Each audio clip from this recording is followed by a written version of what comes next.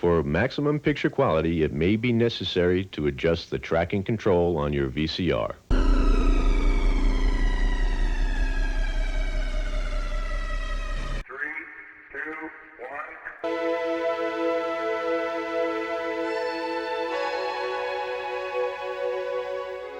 Kids love to play with fire trucks. But have you ever wondered what it would be like to be a real firefighter?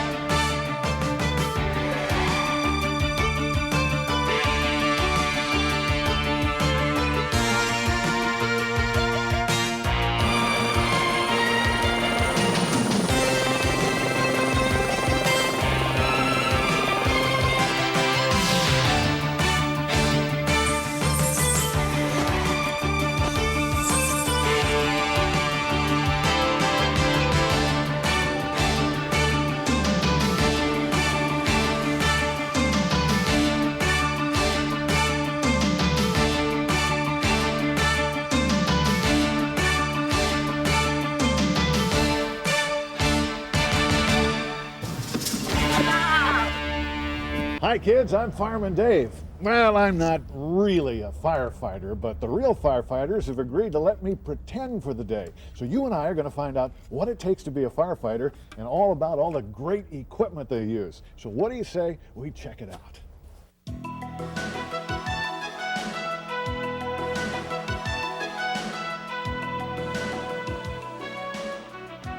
Most firefighters live at the fire station when they're on duty. When they aren't fighting fires, they have chores to do, just like the rest of us.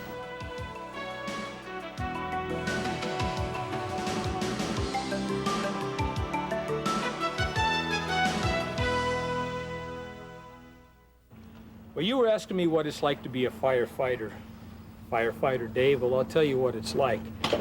It's probably the best job in the world. I've held a number of jobs, and I've been with the fire service now for about 15 years. And I really enjoy it. We work 24-hour shifts, and there's 8 of us at our station. Therefore, we have to get along. This is my second family. I have a family at home, and I have a family in the fire service. Our actual work day starts at 8 o'clock. We start doing what we call station and equipment maintenance. Every day, we're responsible for maintaining the equipment, maintaining the station, mopping the floors, cleaning out the restrooms, washing the fire trucks, making sure all the equipment is ready to go. Because when you call 911 and we're not ready, the whole system falls apart. Fire department emergency. What's the problem, ma'am? And your address? Is that a house or an apartment? And your name? And what's your phone number, Agatha? Okay, get everybody out of the house and we'll send the fire department, okay? Medicaid 131, 135, truck 131, structure fire, 500 East Nocta, 500 East Nocta, Cross Creek, Sultana, map page 4D David.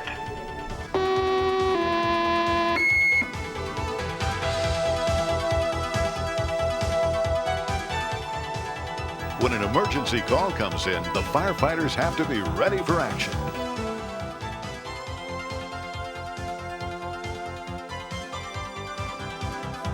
And if you're not ready, you'll get left behind.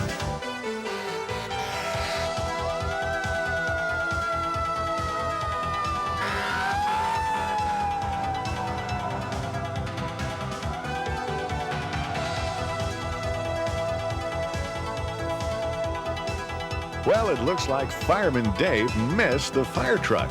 I'll just have to try to be faster next time.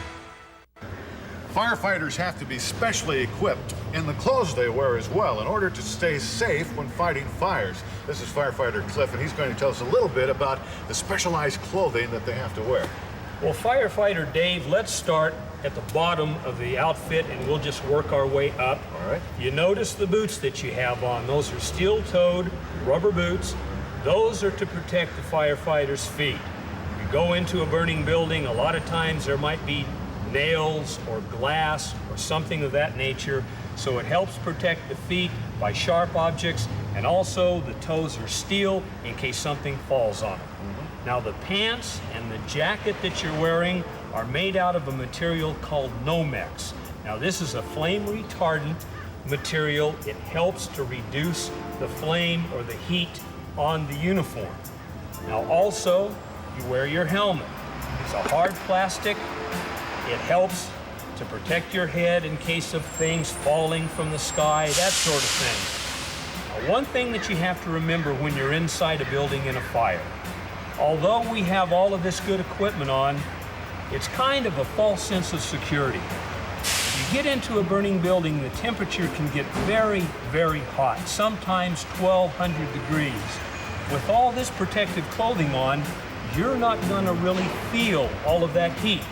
That's why firefighters work on what we call the buddy system. We go into a building together, we protect each other.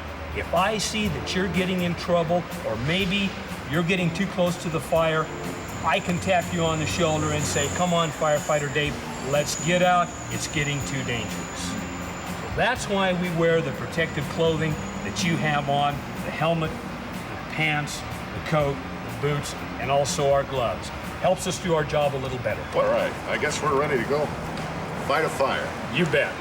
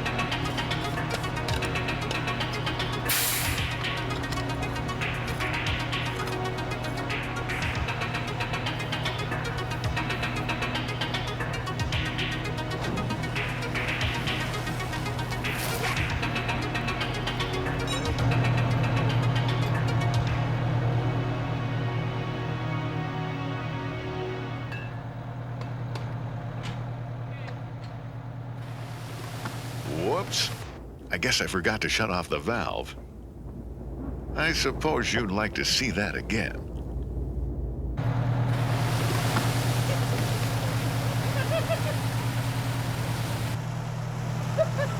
Good one. Well, I guess being a firefighter isn't as easy as I thought. From now on, Fireman Dave is going to leave the firefighting up to the real firefighters.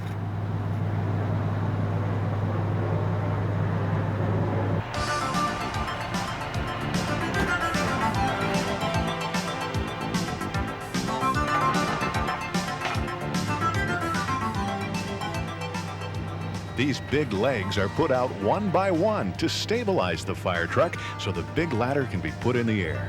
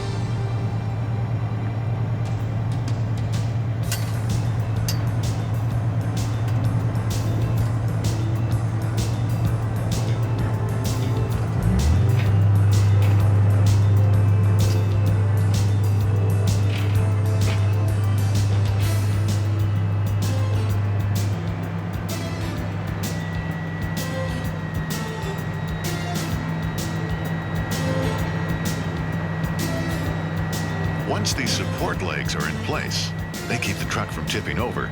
The firefighters prepare to raise the big ladder. The operator must be sure that there are no dangerous power lines to get in the way. The big ladder and basket can go 100 feet in the air.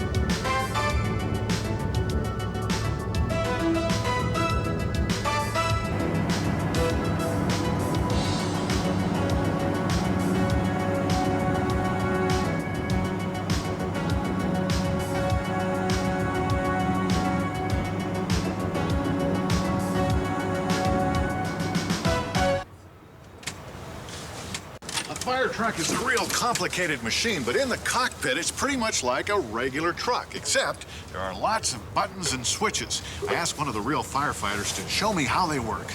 A fire truck works pretty much the same as a regular truck drives. We have a lot of extra buttons to deal with, though, and I'm going to show you what some of those buttons do today. Up here, we have buttons just like your regular truck does for lights and headlights and marker lights and those things. But then we also have over here one switch that turns on all the red lights all at the same time. I can turn off those lights individually if I want, but one switch will turn them on all at the same time when I turn that switch on. Then down here on the floorboard, we have some buttons that if I push with my foot, they will activate the siren and make the siren go. And then over here is another one for the air horn. And then we have one more thing up here. It's another kind of siren, so we have two.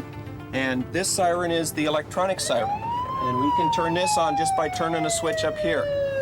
Well, if you listen close, you probably noticed that fire trucks have different kinds of sirens, and they come from different places on the fire truck. This machine has 3 different sirens. This one here is the mechanical siren. That's the main siren that you hear most of the time. Then right here, this is an electronic siren. It sounds more like an ambulance siren. They use that occasionally, too. Now, these are the air horns. These are the big horns that honk to warn the cars to get out of the way.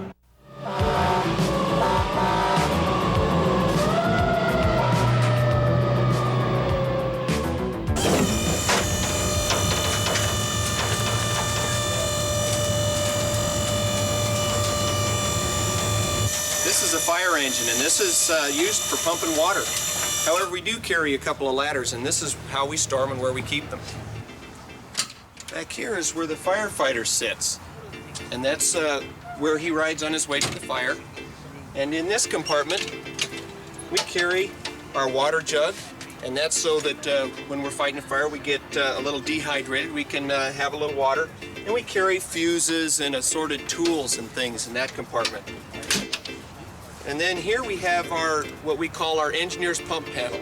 And this is where all the gauges and valves and things are that we can make water, divert water from one discharge to another, or open up another valve to let the water come from the hydrant into the pump. In here we carry extra air bottles. And these are the same bottles that we wear in our breathing apparatus. Back here we have the engine that drives this engine. It makes it go and makes the pump work. We also have the hose. We have our 4-inch hose, and there's enough hose here in this hose bed to go from here to about 5 blocks down the street. And on that side we have 2.5-inch hose, and there's enough hose in there to go 12 football fields long. And we use that hose to hook up to a fire hydrant and then get water from the fire hydrant to where the fire is. This is what we call a monitor. This is what we use on big fires because it can flow 1,000 gallons of water a minute. We can move it to any side of the engine we want, and it's so powerful that it can knock walls down. In these compartments here, we keep our first aid supplies, and we use these because we go out on a lot of people who have been hurt or are sick, and this is basically what we need to take care of them.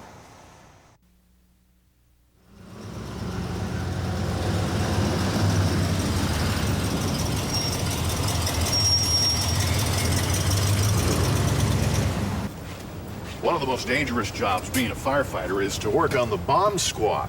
This is the vehicle that pulls the trailer that has the container that holds the bomb.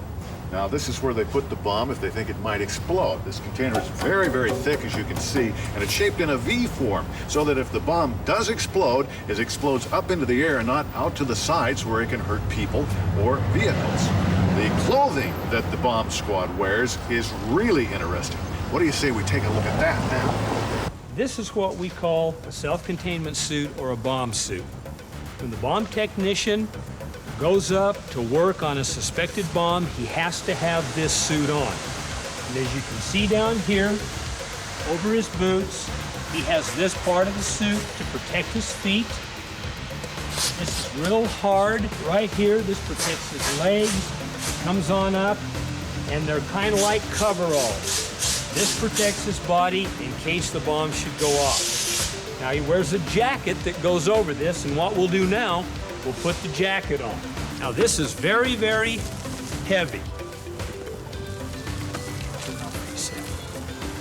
Okay, and as you can see, it fully protects him when he has this on.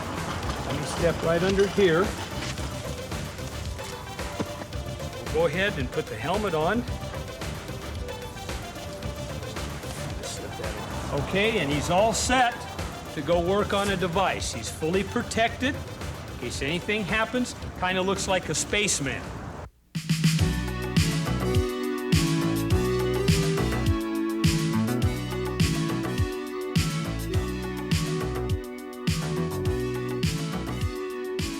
Fire boats are also used in fighting some fires. They come in all sizes and shapes.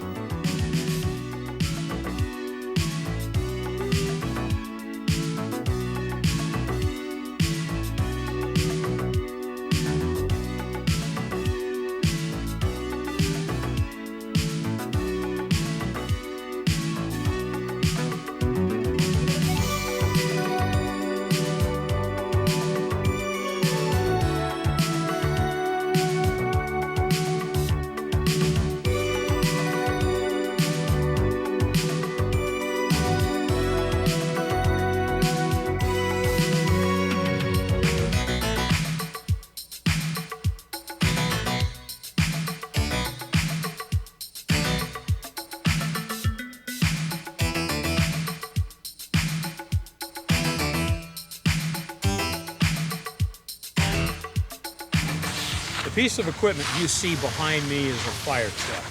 Its primary function is to transport men and heavy equipment to the fire scene.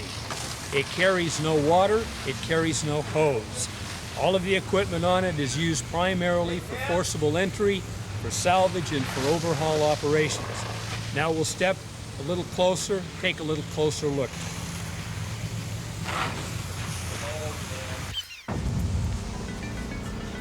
We'll start off by taking a look at the cab. This is where the captain and the engineer ride in the fire apparatus. The engineer is the individual that drives and operates the unit. The captain, of course, is in charge of the crew. On this particular piece of equipment, we have 4 men, a captain, an engineer, and 2 firefighters. Now, the firefighters ride back up in this area. This is known as a jump seat. As you can see, they ride facing to the rear. When we get a call, the firefighter gets on the unit. He's putting on his turnout coat, his pants, his other gear, and he's also putting on the breathing apparatus. That way, when we get to the fire scene, he's ready to go to work. He just has to step off the unit, and he's ready to go. In this particular compartment, as you can see, we've got what looks to be a large fan, which is exactly what it is. This is a gasoline-powered smoke ejector.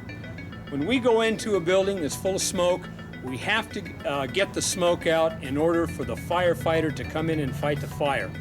We do this by using these large fans. We carry 2 of these on the unit.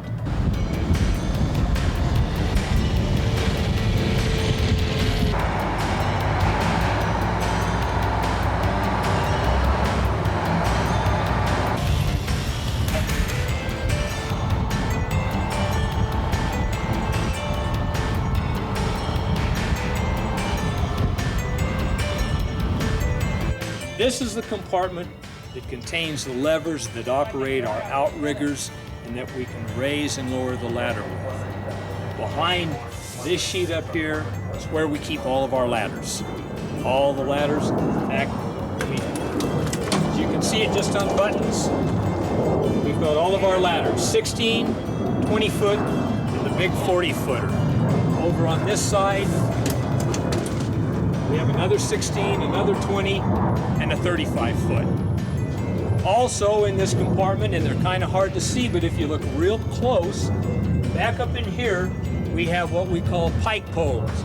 Long poles with a hook on the end. We use those poles to pull down ceilings inside a building if we need to get up into the attic area.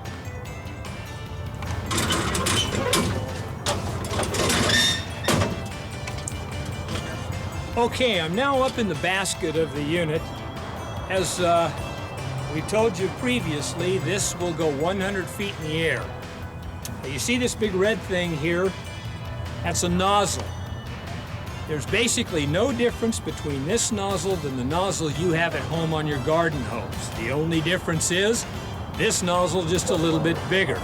Works on the same principle. We can flow at maximum gallonage, 1,000 gallons a minute, through this nozzle. And all you have to do to operate it is just to turn it like this, and you get a wide pattern, or you can get a very sharp, definite pattern. By turning this wheel, we can rotate it from left or right. By loosening it up, as you can see, up and down. Now, this piece of equipment is used primarily for large fires. Large building where we need to get up above the fire, shoot water down on it to literally drown out the fire.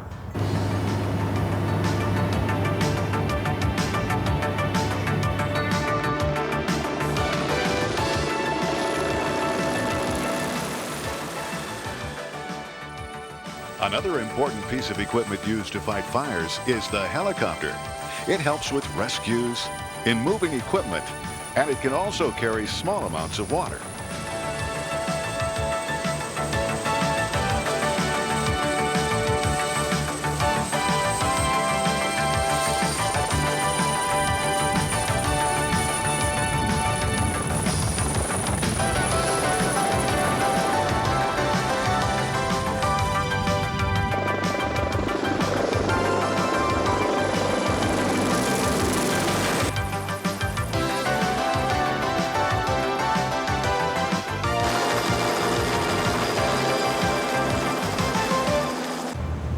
This is a big one. There are many different kinds of firefighting vehicles. This is an airport fire truck, and as you can see, not all firefighting vehicles come in the color red.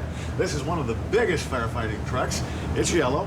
It costs almost $500,000, and it's for fighting some very special kinds of fires. Hi, I'm Mike Strauss. I'm with Ontario Airport Fire Department, and today you're looking at one of the biggest trucks in the fire service today. This particular vehicle is specifically designed to fight airport firefighting. What that means is if there's a plane crash, we'll go ahead and take this truck out and we'll squirt water on it. It's specifically designed to fight airport fires. And what we have here on the front are what we call two turrets. And what they do is they just squirt water out of them from here and here. And the top one there squirts water out at a rate of about 1,200 gallons a minute, and that's about 15 to 20 bathtubs full of water a minute. And the bottom one squirts out at a little bit lower rate of about 500 gallons a minute. And what also comes out of the water is what we call foam. Like if you take like a bubble bath, you have like foam sitting on top of the water, and that's what comes out of this as well. Okay, now we're inside the cab, and we wear these headphones so we can communicate with the tower, which tells us if there's a plane coming our way or not, and to communicate with other firefighters and other fire trucks. And inside the cab, we control most of our firefighting by what we call joysticks, and they're just like a basic video game at your video stores or whatever. And you can control most of your firefighting, the turrets that I showed you earlier, by moving the joystick back and forth, and it'll squirt water whichever way you turn it. And everything in here is basically just like driving a regular car. You've got your gas pedal, and you've got your brake pedal, and then you've got your gear shift, steering wheel, and horn. Different types of firefighters use different types of protective equipment. As you can see, I've got a yellow coat on, and you guys here at the airport wear silver coats. Right, they're basically designed for the same thing, to protect you when you go into a fire. The reason why they're aluminized is to reflect the heat a little bit more than the standard Nomex firefighting, and they're a little bit heavier. They're aluminized suits, so they're a little heavier, and they're able to retain a little more heat, reflect a little more heat, because at a fire, when it burns close to 2,000 degrees, the fuel itself. So it enables us a little more time to be able to fight the fire real close at hand. And what we have down here are just basically the same thing with pants, and everybody has the regular fireman boots. And, well, here's a question for you, Dave. Do you know why firemen have red suspenders? I have no idea. So hold up their pants.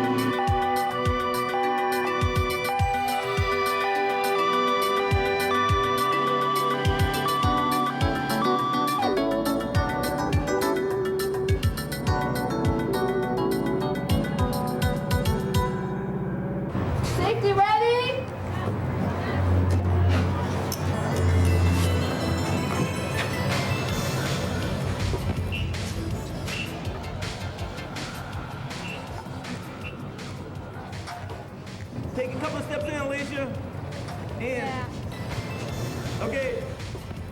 At this training facility, future firefighters are learning the skills that they will need to properly and safely do their job.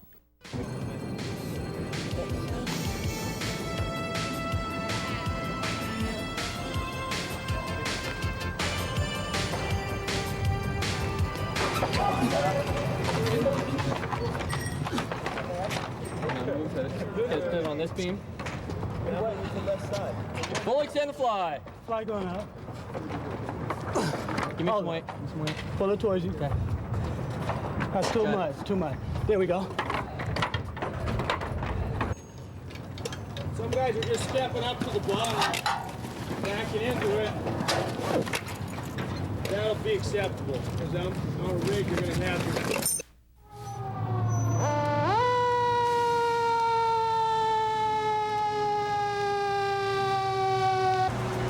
Ontario, Mitigation 131 will be establishing command at a 3-story industrial building. We have smoke and flame showing. All units code 3. This is a condition B fire. My command post will be located in front of the building to the west. Truck 131, please come in and take utilities and ventilation. We're laying a line. Experienced firefighters have to keep up their skills as well. This is a practice facility where they start the fires themselves and then practice by putting them out. Even putting out practice fires is dangerous business.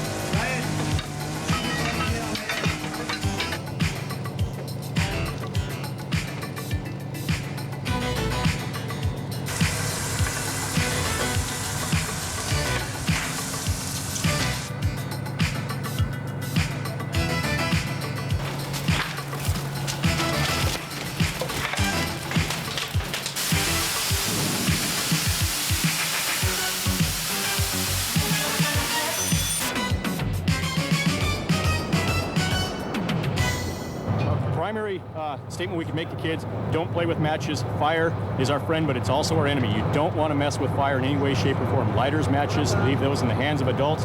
If you have a fire in your home, leave your house. You saw how rapidly this fire built up and intensified. If you're a civilian inside a home, we went in with protective clothing, protective breathing apparatus, and you can see the temperatures. I melted the shield on my helmet. So that's the kind of temperature. Without these protective clothing, you would die almost right away.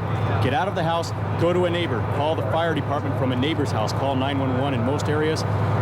Advise them of the location of the fire. Do not hang up the phone until instructed to do so by a dispatcher. Give us the description, the type of call, the type of fire that you have, and if you can, on our arrival, let us know if everyone's outside of the home. If you can have a meeting place where all the family members can meet, say at the end of a driveway, on the sidewalk, something of that effect, that helps us. Then we know if the father or mother are there saying, I've got all my kids outside, we know it's just a structure fire with no lives threatened. Our firefighters don't have to take undue risks. We don't want to hurt firefighters, and we don't want to lose civilians. Oh, hi. Listen, I'm a little embarrassed. This firefighting thing didn't really work out the way Fireman Dave had planned, even though I was just pretending. But they put me to work, and they tell me if I do real well at this, I can polish the truck tomorrow. And remember, kids, fire is serious business. Don't play with fire.